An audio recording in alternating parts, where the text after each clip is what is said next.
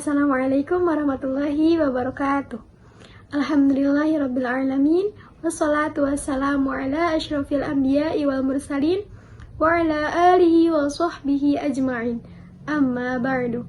Yang terhormat kepada Ibu dosen pengampu mata kuliah Perencanaan dan Strategi Pembelajaran PAI, yaitu Ibu Siti Maryam Munjiat, SSMPDI, beserta teman-teman yang saya banggakan. Perkenalkan, saya Riko Nurmalis dengan NIM 228101033 dan rekan kelompok saya yaitu Rihatul Aisyah Khalifah. Di sini kami akan mempresentasikan terkait desain silabus pembelajaran dan alur tujuan pembelajaran. Angga baiknya sebelum ke penjelasan, marilah kita membaca basmalah. Bismillahirrahmanirrahim.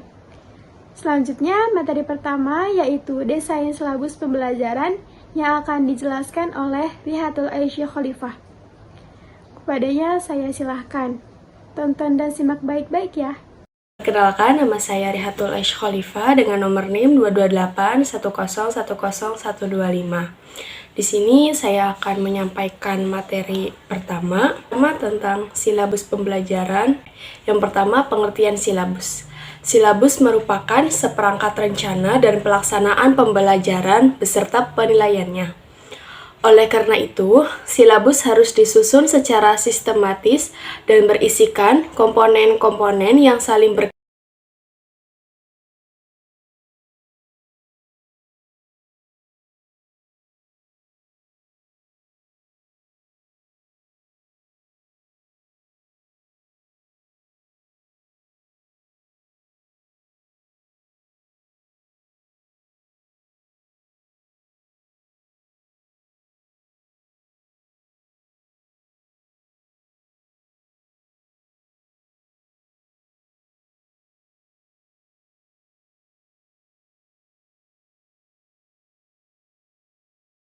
Yang kedua ada manfaat silabus. Silabus bermanfaat sebagai pedoman dalam pengembangan pelajaran, seperti pembuatan rencana pembelajaran, pengelolaan kegiatan pembelajaran, dan pengembangan sistem penilaian. Menurut Majid tahun 2012 nomor 40.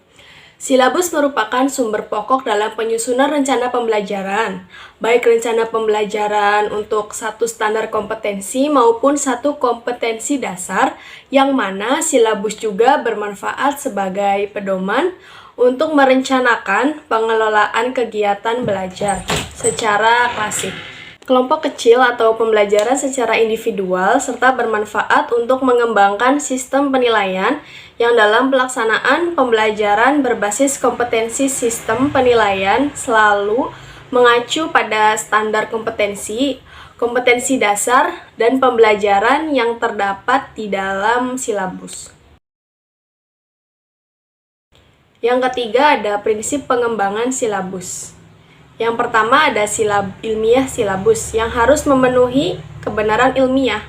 Untuk mencapai kebenaran ilmiah tersebut, dalam penyusunan silabus dilibatkan para akar di bidang keilmuan masing-masing mata pelajaran. Yang kedua ada memperhatikan perkembangan dan kebutuhan siswa. Silabus disesuaikan dengan tingkat perkembangan fisik dan psikologi siswa. Yang ketiga, sistematis penyusunan silabus dilakukan secara sistematis karena sejalan dengan pendekatan sistem atau langkah-langkah pemecahan masalah. Yang keempat ada relevan, konsistensi, dan kecukupan. Yang kelima ada aktual dan masalah. Yang keempat ada relevan, konsistensi, dan kecukupan. Yang kelima ada aktual dan kontekstual. Keenam fleksibel. Ketujuh menyeluruh. Kedelapan memperhatikan kesetaraan dan keadilan gender.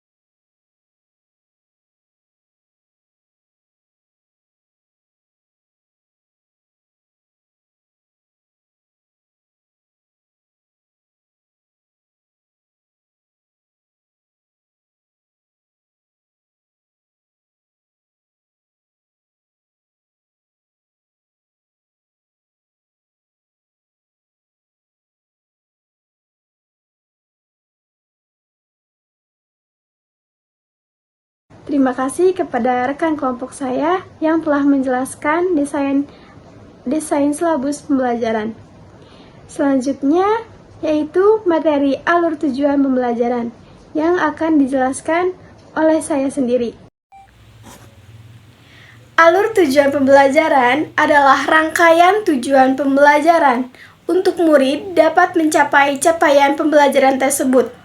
Lalu, alur tujuan pembelajaran juga menjadi panduan guru dan murid untuk mencapai capaian pembelajaran di akhir suatu fase. ATP atau alur tujuan pembelajaran berfungsi sama seperti silabus pada kurikulum 2013, yaitu sebagai acuan bagi guru dalam merencanakan pembelajaran atau modul ajar, namun dilengkapi dengan capaian pembelajaran yang diperoleh siswa di akhir fase dan proyek penguatan profil pelajar Pancasila. Fungsi utamanya yaitu yang pertama, menentukan tujuan pembelajaran. ATP membantu guru menentukan tujuan pembelajaran yang spesifik, terukur, dan dapat dicapai untuk setiap subtema dalam pembelajaran. Yang kedua, memilih kegiatan pembelajaran. ATP membantu guru memilih kegiatan pembelajaran yang tepat dan relevan dengan tujuan pembelajaran yang ingin dicapai. Yang ketiga, melakukan penilaian.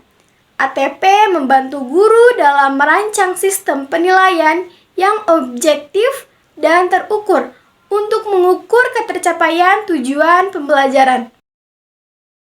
ATP memuat beberapa elemen penting, yaitu yang pertama, capaian pembelajaran atau disebut CP. Kompetensi yang harus dicapai siswa pada akhir fase pembelajaran berdasarkan kurikulum Merdeka. Yang kedua, pemetaan CP. CP dipetakan ke dalam beberapa subtema pembelajaran. Yang ketiga, tujuan pembelajaran atau TP dirumuskan untuk setiap subtema berdasarkan CP. TP harus spesifik, terukur, dan dapat dicapai. Yang keempat, kegiatan pembelajaran. Kegiatan dirancang untuk membantu siswa untuk mencapai TP. Kegiatan pembelajaran harus kontekstual dan relevan dengan kehidupan siswa. Yang kelima, penilaian. Dilakukan untuk mengukur ketercapaian TP.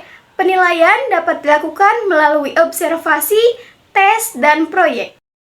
Prosedur penyusunan alur tujuan pembelajaran yaitu yang pertama, melakukan analisis CP yang memuat materi dan kompetensi pengetahuan, keterampilan, dan sikap. Yang kedua, identifikasi kompetensi-kompetensi di akhir fase dan kompetensi-kompetensi sebelumnya yang perlu dikuasai peserta didik sebelum mencapai kompetensi di akhir fase. Yang ketiga, melakukan analisis setiap elemen dan subelemen profil pelajar Pancasila yang sesuai dengan mata pelajaran dan capaian pembelajaran pada fase tersebut. Yang keempat, berdasarkan identifikasi kompetensi-kompetensi inti di akhir fase, rumuskan tujuan pembelajaran dengan mempertimbangkan kompetensi yang akan dicapai, pemahaman bermakna yang akan dipahami, dan variasi keterampilan berpikir apa yang perlu dikuasai siswa untuk mencapai tujuan pembelajaran. Yang kelima, setelah tujuan pembelajaran dirumuskan, susun tujuan pembelajaran secara linier sebagaimana urutan kegiatan pembelajaran yang dilakukan dari hari ke hari. Yang keenam, tentukan lingkup materi dan materi utama setiap tujuan pembelajaran, atau setiap tujuan pembelajaran dapat memiliki lebih dari satu lingkup materi dan materi utama. Yang ketujuh, berdasarkan perumusan TP, tentukan jumlah jam pelajaran yang diperlukan. Terima kasih yang sudah menonton dan menyimak baik-baik presentasi kami. Semoga apa yang kami presentasikan bermanfaat. Kurang dan kurangnya mohon maaf. Wassalamualaikum warahmatullahi wabarakatuh.